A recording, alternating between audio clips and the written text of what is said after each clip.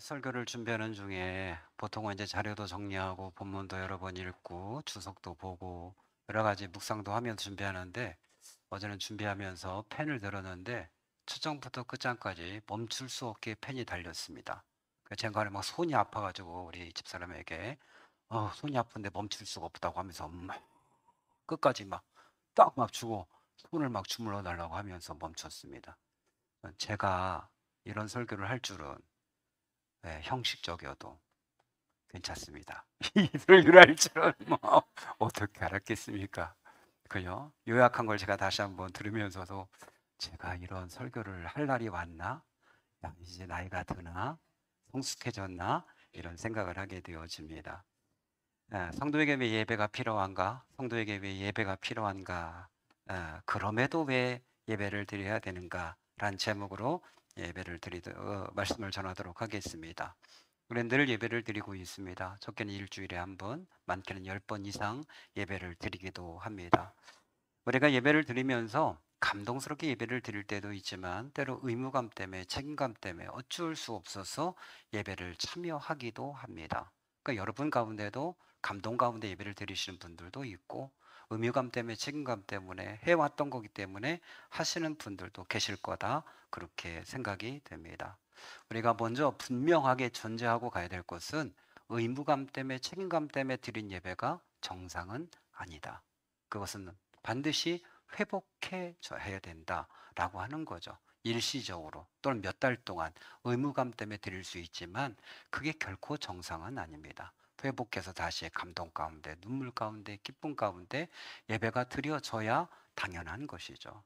그러나 우리의 신앙생활은 길지 않습니까? 수십 년 신앙생활 하다 보면 이러한 건조한 시기가 오는 것이 당연한 거죠. 어떤 때 의무감 때문에 책임감 때문에 그렇게 드릴 때도 있게 되어지는 것이 사실입니다. 그런 농사를 짓고 계신데 농사를 지을 때 항상 계절이 도와주나요? 저희가 이렇게 있다 보면 비가 안 올 때 너무 비가 많이 와서 여름 다 비가 오거나 예전에는 가을 내내 비가 와서 나락들이 다 논에서 막 썩기도 하고 그러지 않습니까?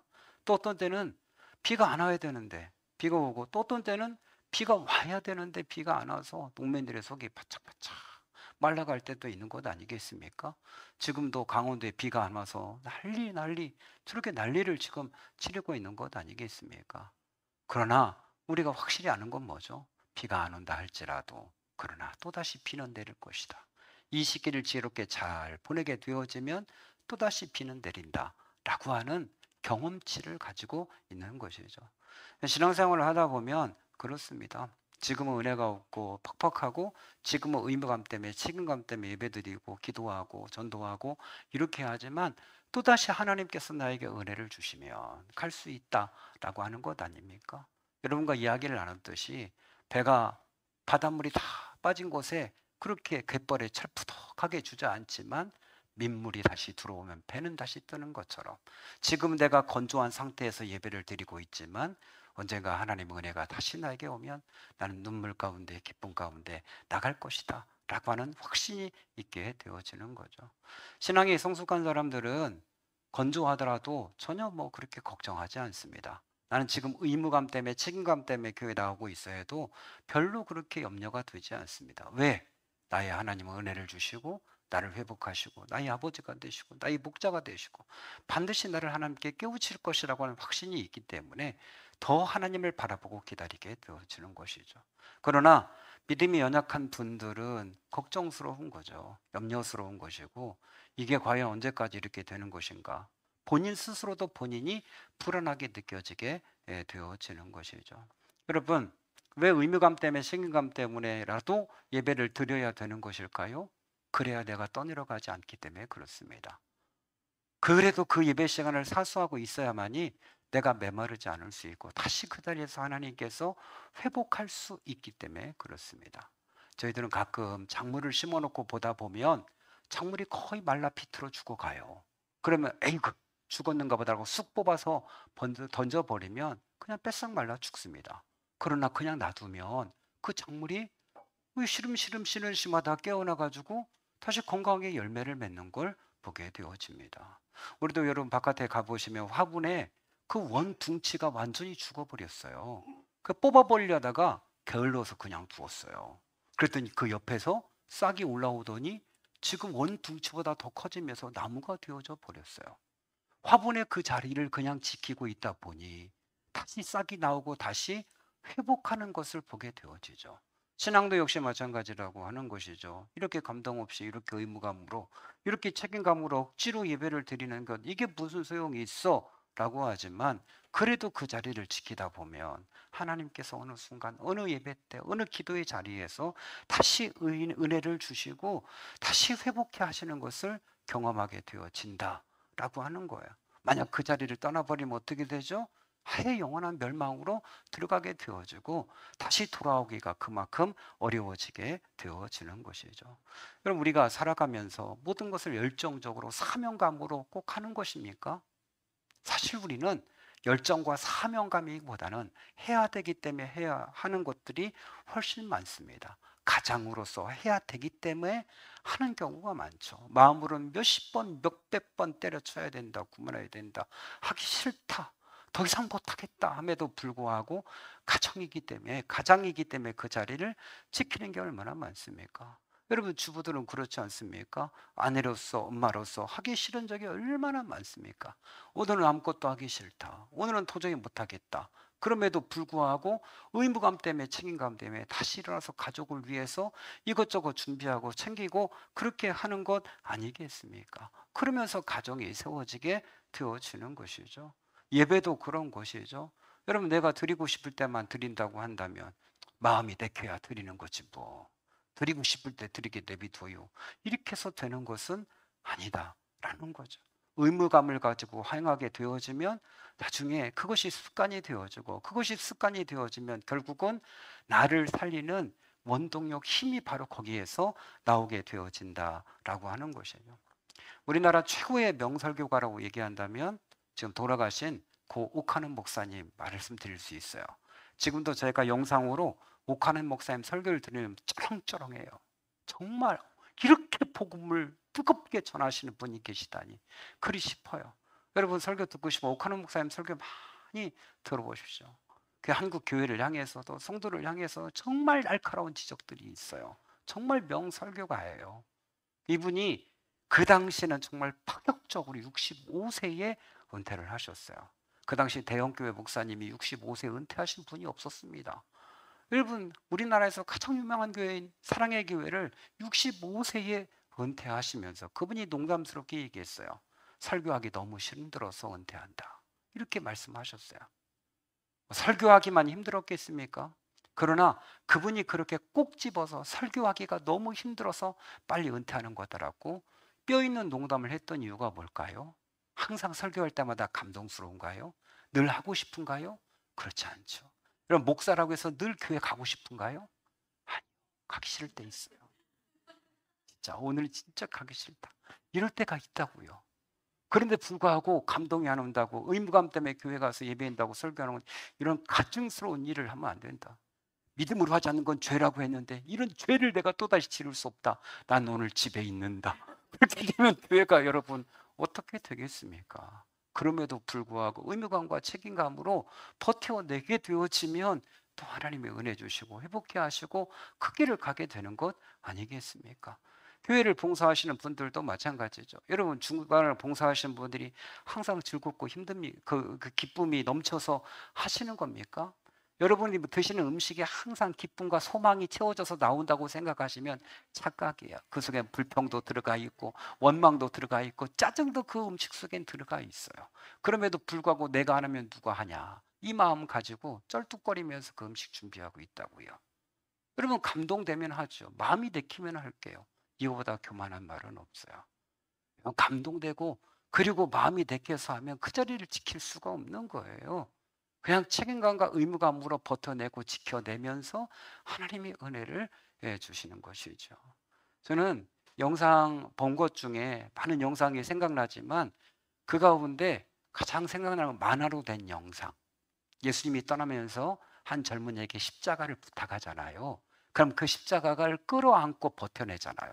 바람이 불어도 눈불어가 힘으로 차도 막 그 십자가 쓰러지지 않게 막 붙잡고 있다가 나중에 지쳐서 그만 무릎을 꿇고 픽 이렇게 쓰러지죠.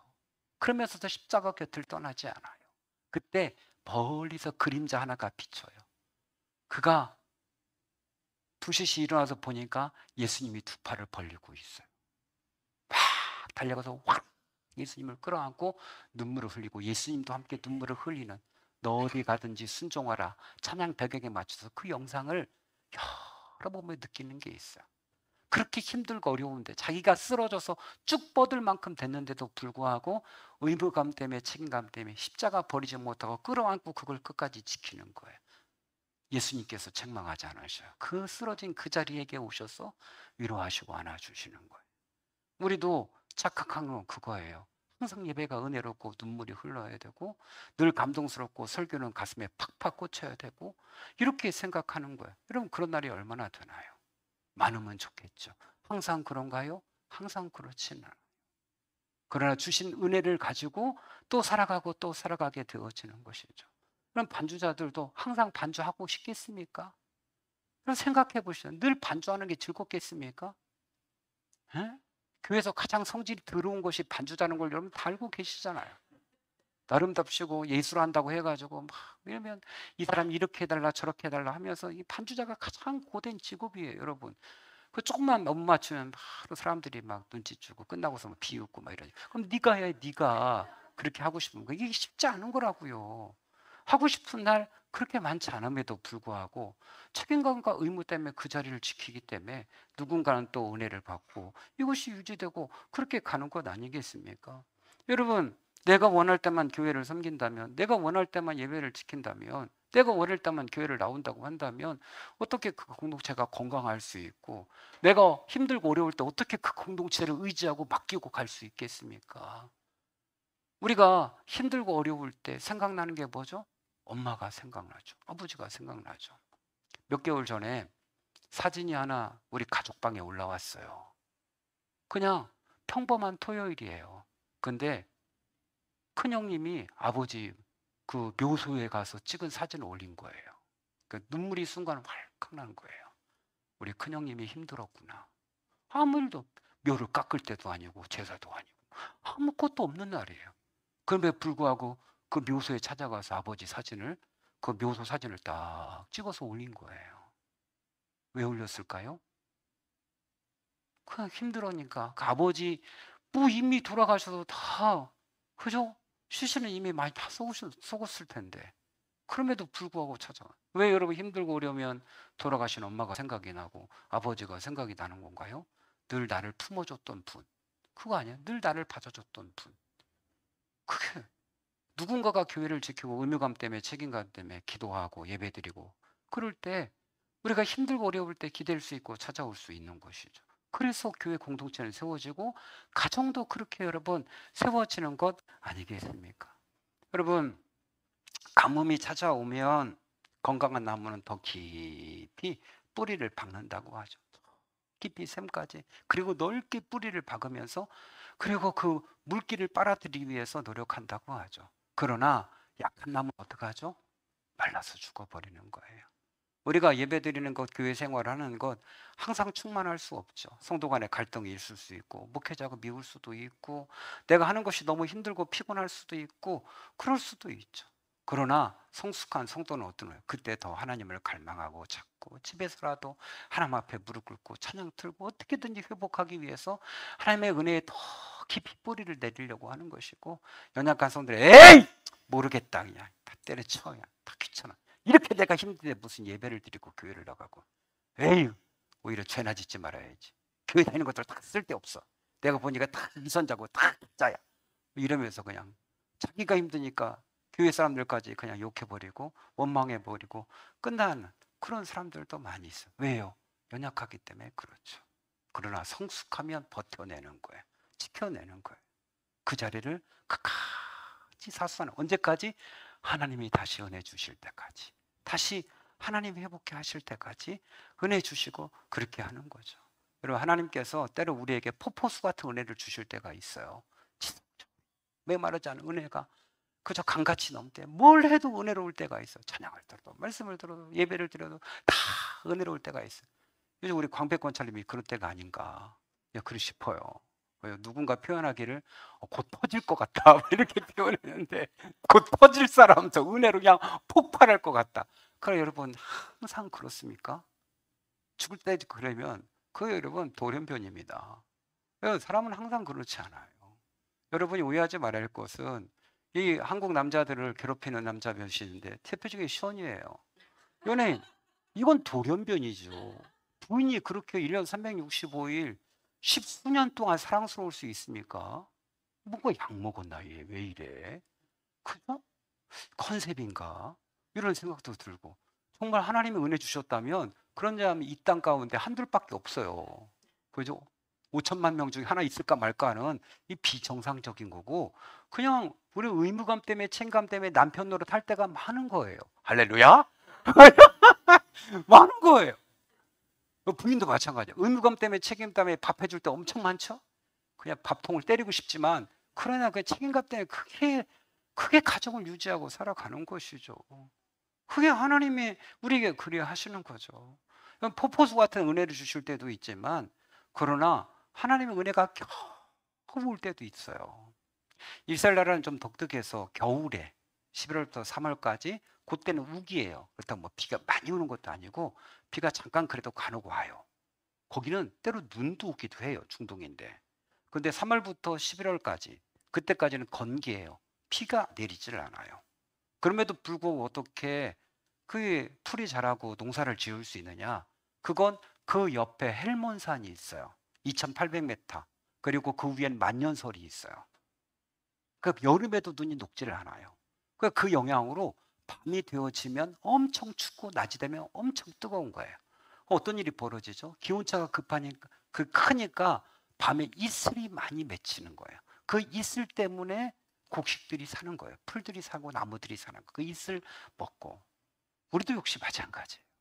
하나님의 끝없는 은혜가 부어질 때가 있지만, 그건 크게 없어요. 그냥 조금 이렇게 이슬처럼 우리 가운데 하나님이 깨닫게 하시고 주시는 은혜들이 있어요. 그거 먹고 버티기도 하고 견디기도 하고 그런 것이지, 항상 그렇게 우리가 설교할 때도 막 충만하고 넘치고 다 그렇지는 않다라고 하는 거.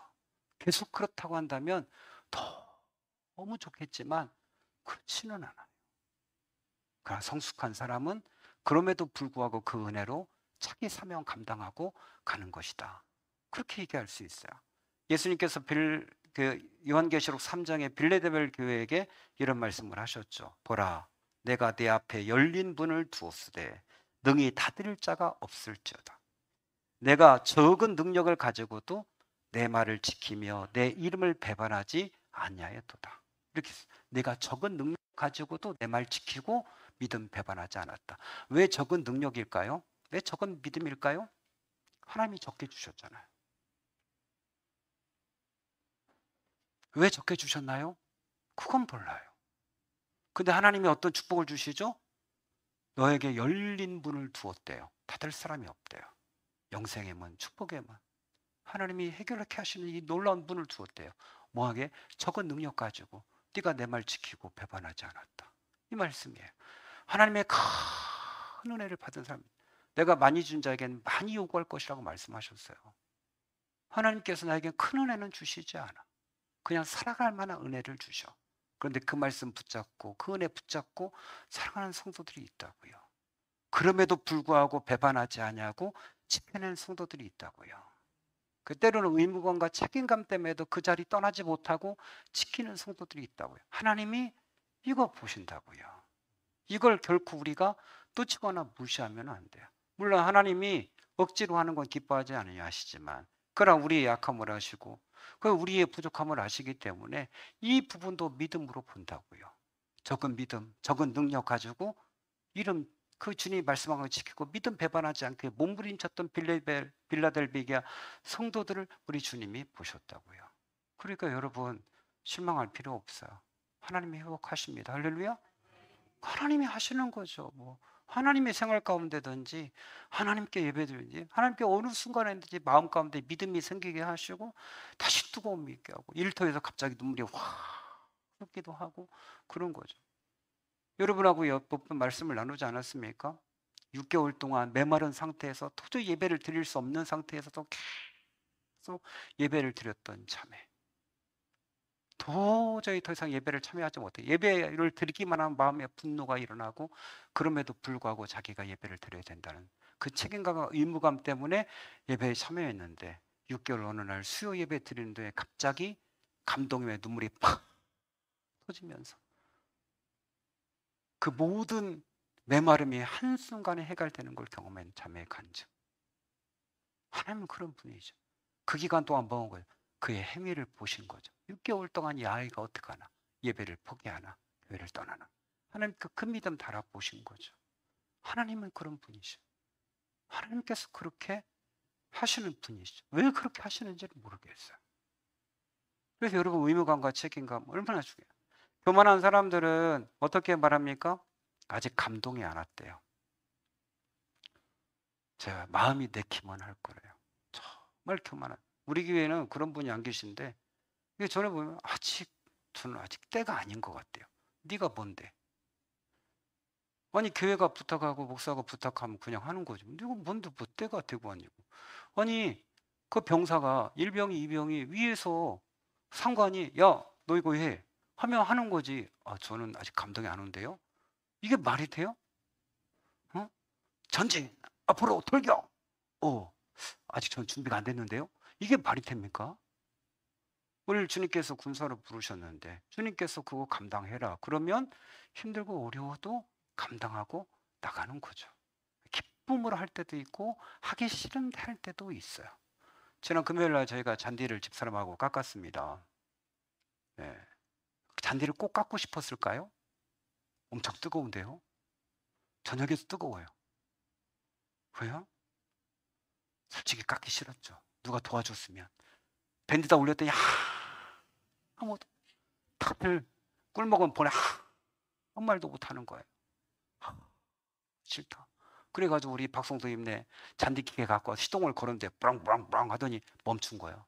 그만하라는 하나님의 신호인가 이런 생각을 하고 전화를 했더니 그냥 놓으면 고쳐다 드리겠다. 그래가지고 그런가 우리도 안 되겠다 싶어서 기계다 손어놓고 쥐 하고 이제 기계를 몇 번 흔들고 했더니 또 시동에 걸려서, 그리고 또 몇 번 그렇게 하면서 퉁탕퉁탕하고 쥐 하고 해가지고 다 깎았어요. 그냥 그 의무감으로 책임감으로 하고 끝나고 보니까 깎기를 너무 잘했구나, 이렇게 아름답구나, 이런 생각을 하는 거죠. 우리의 삶은 기도도 예배도 그렇게 가는 것 아니겠습니까? 그냥 때가 되면 은혜로운 예배 되겠지, 그렇다고 그렇게 버티거나 기다릴 건 아니죠. 은혜로운 예배가 되기 위해서 우리가 할 수 있는 최선의 것을 해야죠. 하나님이 우리를 산 제사로 드리라고 했어요. 살아있는 제사. 옛날 동물을 죽여서 드렸지만 지금은 그게 아니고 네 몸을 살아있는 제물로 드려라 했으니까 우리 몸을 살아있는 제물로 하나님 앞에 드려야 돼요. 우리의 몸 어디죠? 여기 구약에 동물 드릴 때 병든 거, 흠 있는 거 못 드렸어요. 그 제사장도 뭔가 문제 있는 거 안 된댔어요. 예전 성경 보면 불화를 상처난 자도 제사장이 될 수 없어요. 심지어 그렇게. 그럼 우리가 지금 하나님 앞에 예배 드릴 때 그 외모도, 우리 몸도 단정하게 아침에 샤워도 하고 옷도 깨끗하게 갈아입고 우리 몸이 준비되어져야죠. 컨디션도 최고 좋게 해서 와야죠. 병든 것처럼 비실비실 해가지고 정말 아프시면 어쩔 수 없지만 멀쩡한 것이 그렇게 한 몸이 이걸 하나님이 받으시겠는가? 우리 몸도 하나님 받으시는 건데 이걸 무시하면 안 돼요. 몸을 건강하게 최고의 컨디션으로. 어린이 자기의 자녀들도 아침에 건강하게 재밌게 일어나서 올 수 있도록 그렇게 하셔야 된다고요. 저희는 주일 아침에 고기 자주 구워 먹고 갈비도 먹고 그럽니다.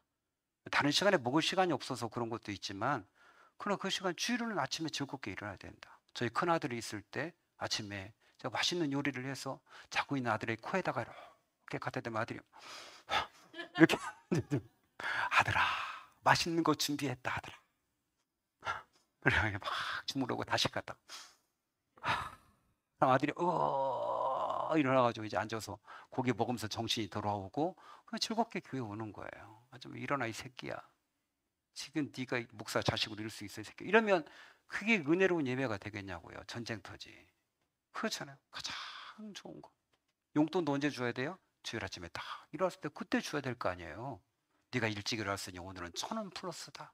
뭐 이렇게 뭔가 지혜롭게 아이가 주일 아침에 해서 그 몸이 준비되어지게, 억지로 끌려와서 그냥 앉아서 뭐 예배드리기 싫다고 해라 막 이러고, 우리 사모님 또 와서 왜 이러냐고 했더니 애가 아침에 안 일어나면 억지로 끌고 왔다고.